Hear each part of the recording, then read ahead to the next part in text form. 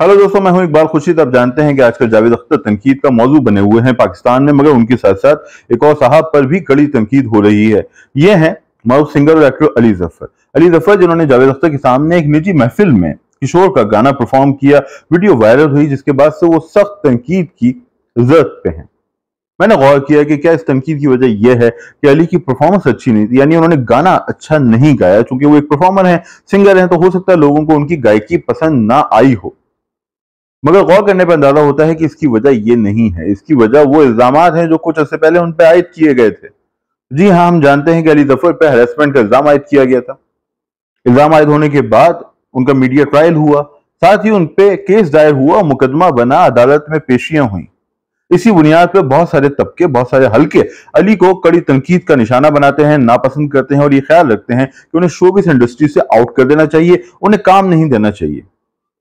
मगर क्या ये रवैया दुरुस्त है? मैं आपसे पूछता हूं, क्या खुलिया होना चाहिए कि जब तक इल्जाम साबित नहीं होता हम मुजरिम को मुजरिम की तरह ट्रीट करें, माशरे से बाहर कर दें? ये जब तक इल्जाम साबित नहीं होता हम उसे बेकसूर कर दें। मेरे ख्याल में अली एक बासलाहियत सिंगर है।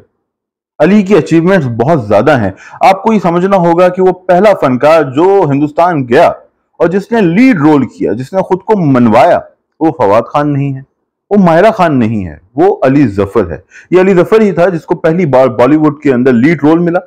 ये एक बहुत बड़ी अचीवमेंट है। मेरे ख्याल में हमारा पहला सुपरस्टार अली जफर ही था, मगर बदकिस्मती से हमने उसे एक सुपरस्टार वाली इज्जत नहीं दी।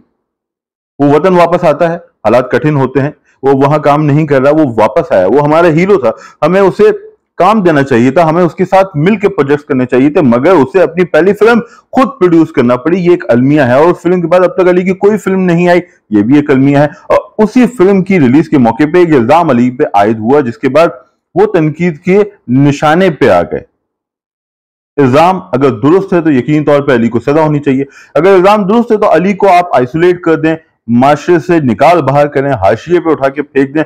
लेकिन जब तक इल्जाम साबित नहीं होता, कम से कम मेरे नजदीक, हो सकता है मैं गलत हूं, मगर मेरे नजदीक अली के साथ हमें वो रवैया इख्तियार नहीं करना चाहिए जो रवैया अभी इख्तियार किया जा रहा है। वो एक फनकार है, वो एक परफॉर्मर है, वो गाएगा, वो एक्ट करेगा, यही वो काम है जो वो बेहतरीन अंदाज में कर सकता है। यही वो काम था जो उसने हिंदुस्तान जाके किया, यही वो काम था जो उसकी पहचान बना, और उसे हमने पहले पाकिस्तानी सुपरस्टार के रूप में देखा, मगर बदकिस्मती से हमने उसे उस तरह ट्रीट नहीं किया जैसे वो हकदार था। अली की एक ही फिल्म आई, मैं सोचता हूं कि अली की दूसरी फिल्म कब आएगी? क्या अली को ये फिल्म भी खुद ही प्रोड्यूस करना पड़ेगी? और जब ये फिल्म आएगी तो क्या दोबारा से इसी इल्जाम की बाजगश्त के तहत या बाजगश्त में हम इस फिल्म के ट्रेलर को देखेंगे, इस फिल्म का चर्चा सुनेंगे, और क्या इन्हीं इल्जामात के तले ये फिल्म भी दबा दी जाएगी? दोस्तों, ये मेरा पॉइंट ऑफ व्यू है। आप मुझसे इख्तिलाफ कर सकते हैं। अगर आप इख्तिलाफ करते हैं तो अपना रद्द-ए-अमल जरूर दें। अगर अली जफर कसूरवार है भैया तो उसे सजा दो, लेकिन अगर वो बेकसूर है तो उसे जीने दो। ये थी आज की वीडियो। मैं आपके फीडबैक का करूंगा इंतजार। जल्द मिलेंगे। इकबाल खुर्शीद को दीजिए इजाजत। खुदा हाफिज।